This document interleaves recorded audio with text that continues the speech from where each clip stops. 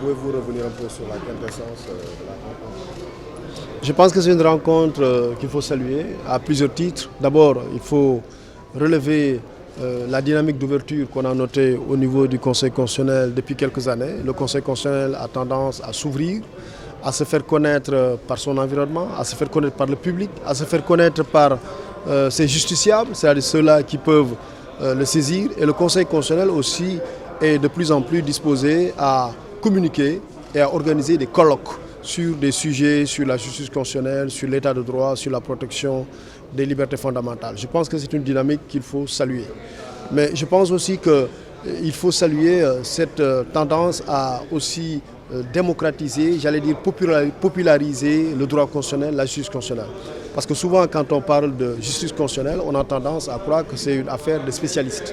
Et c'est bien d'ouvrir des colloques pour que les chercheurs, les étudiants, les praticiens, les politiques aient des occasions pour se familiariser avec la justice constitutionnelle. Et à cet égard, je pense qu'il faut aussi saluer l'appui que la Fondation Konrad Adenauer apporte dans ce sens. Ce n'est pas un hasard si on sait que l'Allemagne, c'est aussi le pays de la justice constitutionnelle, la justice administrative. La France est le pays de la justice administrative, mais la justice constitutionnelle, c'est quelque chose qui est très connu en Allemagne, parce que l'Allemagne a une cour réputée, la Cour constitutionnelle de Karlsruhe, qui produit une jurisprudence qui influence beaucoup de juridictions constitutionnelles dans le monde. D'accord. Alors, professeur, aujourd'hui, le Conseil constitutionnel, de façon générale, n'a pas souvent bonne presse. C'est lui qui valide soit les résultats, les candidatures et tout. Aujourd'hui, on parle de troisième mandat au Sénégal, tout le monde est obligé de se rabattre au Conseil constitutionnel. Est-ce que vous pensez que ces genres de rencontres peuvent en quelque sorte arriver à régler ces situations? Bon, je pense qu'au niveau du procès qui est fait au Conseil constitutionnel, il y a lieu aussi de recadrer, de recentrer les choses. Pourquoi? Parce que souvent, il est reproché au Conseil constitutionnel notamment de se déclarer systématiquement incompétent lorsqu'il est appelé à connaître de certaines affaires. Mais la preuve, le problème, c'est que le Conseil constitutionnel est obligé de statuer sur la base de la loi organique qui détermine son champ de compétences. La loi organique d'ailleurs qui complète la Constitution. Et lorsque une question est soumise au Conseil constitutionnel, le Conseil constitutionnel regarde si la question qui lui est soumise rentre dans le champ de ses compétences. Lorsque la question ne rentre pas dans le champ de ses compétences, il se déclare incompétent. Ce n'est pas incompétent au sens cognitif, au sens scientifique du terme, mais c'est incompétent au sens juridique. C'est-à-dire simplement que la question qui lui est posée, la Constitution et la loi organique qui les régissent ne l'habilitent pas à se prononcer sur cette question. Donc, je veux dire, voilà, donc souvent quand on dit, oui, il se déclare systématiquement incompétent, c'est justement parce qu'il n'est pas appelé à connaître son champ de compétences. Maintenant, il y a une innovation qui est importante, qui a été introduite dans la Constitution de 2016, le référendum de 2016, c'est que désormais, le Conseil constitutionnel du Sénégal peut être saisi par le président de la République pour toute question de nature constitutionnelle pour avis. Donc ça veut dire que maintenant, dans le champ politique sénégalais, lorsqu'il y a des protagonismes qui posent des questions de nature constitutionnelle, le Conseil constitutionnel peut être invité à donner son avis. Comme l'a souligné tantôt mon confrère, aujourd'hui en Afrique de l'Ouest, il est presque devenu une religion, le troisième mandat. On l'a vu en Guinée-Bissau, au Togo et dans beaucoup de pays où le Conseil constitutionnel, au lieu de dire le droit, finalement, il se déclare incompétent ou bien pas du tout incompétent, justement c'est le terme, et donnant ainsi une voie balisée au président sortant de déposer à nouveau sa candidature, ce qui est peut-être anticonstitutionnel pour le dire. Et souvent, les populations font ce procès-là au Conseil constitutionnel. Et aujourd'hui, quelle est la réponse concrètement par rapport à ce fléau du troisième mandat qui gangrène un peu la démocratie ouest-africaine? Je voudrais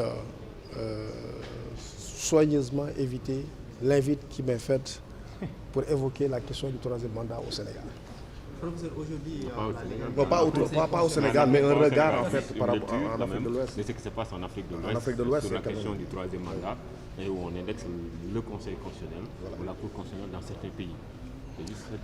Non, je pense qu'il est difficile de globaliser, de mettre tous les pays dans le même champ. Parce que les questions ne se posent pas de la même manière dans les pays. Je veux dire, la question du troisième mandat ne se pose pas de la même manière en Côte d'Ivoire, au Rwanda, en Guinée, au Togo, au Gabon, ça ne se pose pas. Vous avez par exemple, vous avez des pays par exemple dans lesquels il n'y a pas de limitation des mandats.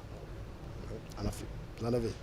Il y a des questions, il y a des pays où on a limité les mandats, mais qu'on a levé la limitation des mandats par voie référendaire. C'est le cas du Rwanda. On a levé la limitation par la voie du référendum.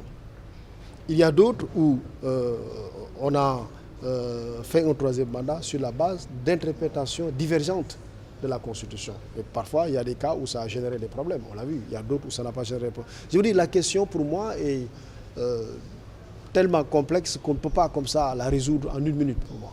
Oui, la Constitution sénégalaise telle qu'elle se présente, est-ce qu'elle donne droit au président de briguer au troisième mandat, puisque on se souvient, la présidentielle devait se tenir en 2017, mais on a dit que la Constitution modifiée en 2016 par voie référendaire n'était pas rétroactive.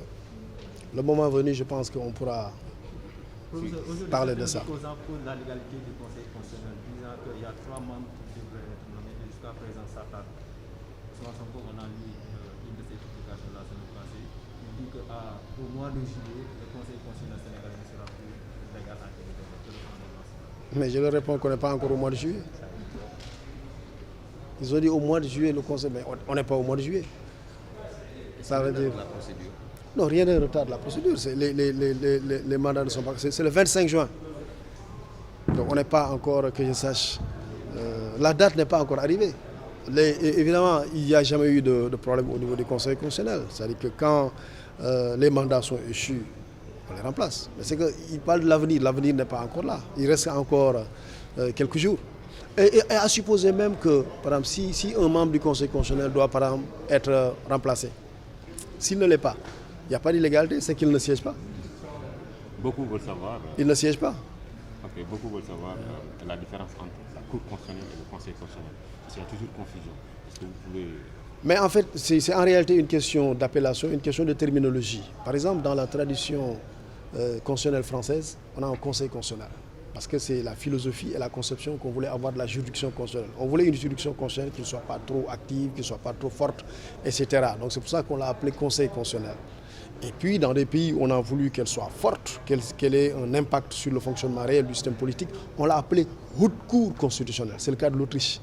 Dans des pays où on a voulu qu'elle joue vraiment le rôle d'un tribunal, chargé notamment de défendre les droits fondamentaux, comme en Allemagne, on l'a appelé Cour constitutionnelle. En Allemagne même, on dit tribunal constitutionnel. Donc en fait, c'est une question d'appellation, parce qu'on peut voir parfois des conseils constitutionnels qui sont même plus actifs que certaines cours constitutionnelles.